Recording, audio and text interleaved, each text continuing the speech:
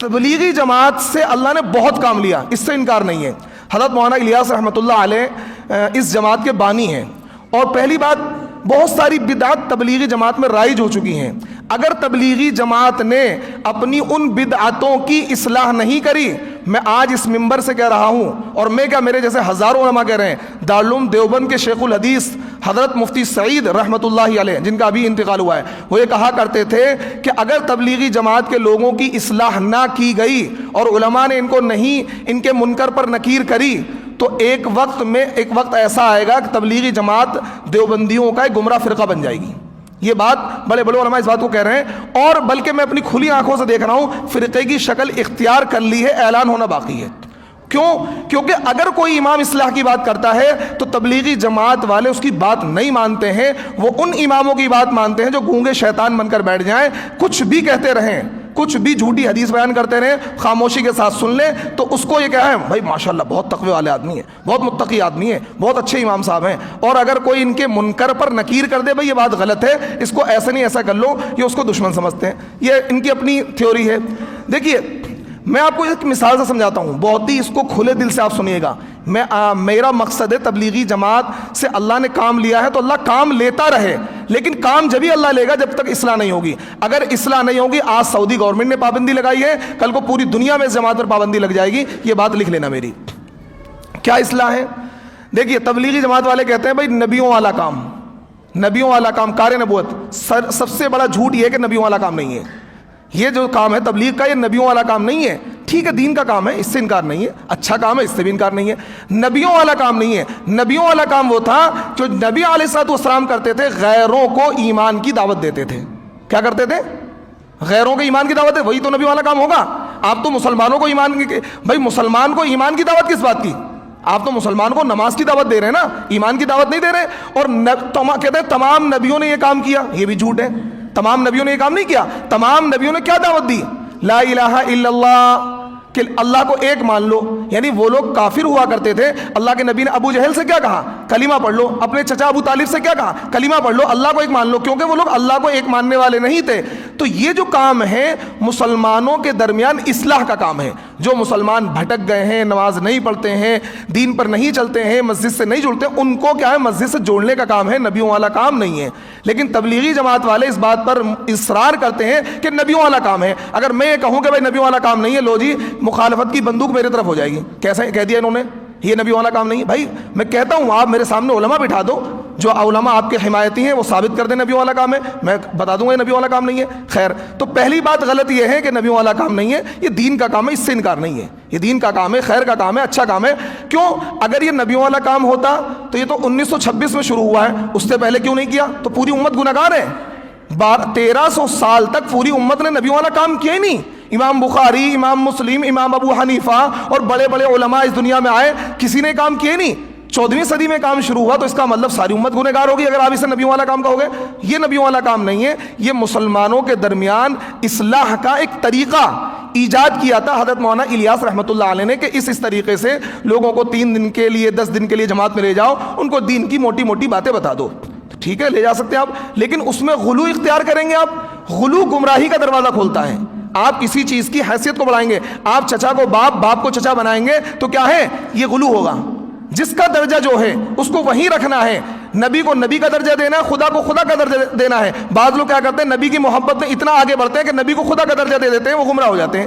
جیسا کہ ایک شاعر یوں کہتا ہے، وہ عرش پر جو، میں اس کو نقل کر رہا ہوں، وہ عرش پر جو مستوی تھا خدا ہو کر، وہ عرش پر جو مستوی تھا خدا ہو کر، وہ مدینے میں اتر آیا مصطفیٰ ہو کر۔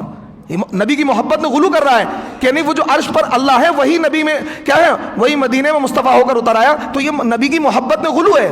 نبی کی محبت میں اس درجے غلو کرنا کہ نبی کو خدا کا درجہ دے دینا، یہ کیا گمراہی کا دروازہ کھولتا ہے۔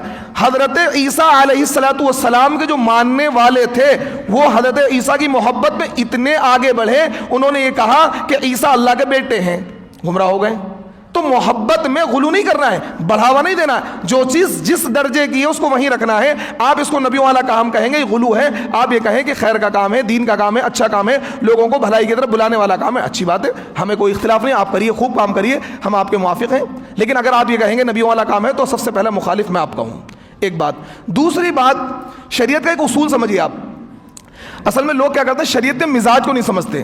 شریعت کے مزاج کو جب تک آپ نہیں سمجھیں گے, دین کو نہیں سمجھیں گے.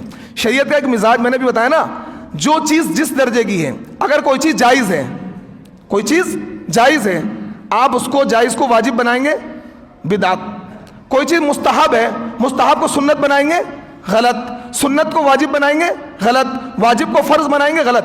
جو فرض ہے فرض پر رکھیے, جو واجب ہے اس کو واجب پر رکھیے, جو سنت ہے اس کو سنت پر رکھیے, جو مستحب ہے اس کو مستحب پر رکھیے, جو جائز ہے اس کو جائز پر رکھیے. کسی بھی چیز کو اس کی جگہ سے مت بڑھائیے. یہ ہماری ذمہ داری ہے. نبی علیہ الصلوۃ والسلام کے صحابہ اس چیز کو قطعاً ناپسند کرتے تھے, کوئی کیا ہے اس میں کوئی چیز بڑھا دے. دیکھیے ایک صحابی کا واقعہ ہے, اور حدیث میں آتا ہے کہ اگر آپ کو چھینک آ جائے تو آپ کیا کہیں, الحمدللہ. کیا کہیں گے آپ؟ یہ نبی سے ثابت ہے, حدیث سے ثابت ہے. اور اس کے جواب میں کہیں یرحمک اللہ, مجھے چھینک آئی میں نے کہا الحمدللہ, تو آپ کیا کہیں گے, یرحمک اللہ. تو ایک بندے نے کیا کہا, یرحمک اللہ علی رسول علی صلی اللہ علیہ وسلم. اس نے ایک جملہ اضافہ کر دیا. صحابی نے ڈانٹا ان کو کہ بھئی آپ نے کیوں اضافہ کیا, جبکہ صلی اللہ علیہ وسلم کا مطلب کوئی غلط نہیں ہے, نبی پر درود بھیج دی اس نے, لیکن وہاں پر ایڈ کر دیا, ایک جملہ ایڈ کر دیا, یرحمک اللہ علی ملت رسول اللہ, یا اس طرح کا کوئی جملہ اس نے ایڈ کیا جو مطلب اس میں اضافہ تھا. تو صحابی نے ان کو ڈانٹا کہ اس میں آپ نے جملہ کیوں ایڈ کیا, آپ نے جملہ کیوں ایڈ کیا جب شریعت میں نہیں ہے. تو کہنے کا مطلب ہے جو چیز جس درجے کی ہے اس کو وہیں رکھنا ہے. اگر آپ بڑھائیں گے تو وہ اس عمل کو, اسی عمل کو بدعت بنا دے گا. اب میں آپ کو ایک ایگزامپل سے سمجھاتا ہوں. مرنے کے بعد ایصال ثواب کرنا, آپ کے گھر میں, میرے گھر میں کسی کا انتقال ہو گیا تو آپ ایصال ثواب کریے, ثابت ہے. آپ قرآن پڑھ کے بخشیے, آپ غریبوں کو کھانا کھلا دیجئے, مدرسے کے بچوں کو کھانا کھلا دیجئے, جائز ہے. لیکن آپ دن خاص کر لیں گے, بھائی تیسرے دن کرنا ہے, تیسرے دن کرنا ہے. ہم علماء دیوبند کہتے ہیں بدعت ہے. ہم تیجے کو بدعت کہتے نہیں کہتے ہیں, ہم کہتے ہیں تیجا بدعت ہے, دسواں بدعت ہے. بدعت کیوں ہے؟ کیونکہ حالانکہ تیجے اور دسویں میں کیا ہوتا ہے, بھئی غریبوں کو مدرسے بچوں کھانا کھلا دیتے ہیں, قرآن پڑھوا دیتے ہیں. ہم کہتے ہیں بدعت ہے. کیوں بدعت ہے؟ آپ نے ایصال ثواب کو خاص کر لیا تیسرے دن کے ساتھ, 10ویں دن کے ساتھ, 20ویں دن کے ساتھ, 40ویں دن کے ساتھ. خاص کیوں کیا آپ نے؟ آپ اسی دن کر دیتے. اب آپ آج سال پورا ہوا, آج کیا ہے, میرے ابو کی برسی ہے, آج میری امی کی برسی ہے, آج فلاں کی.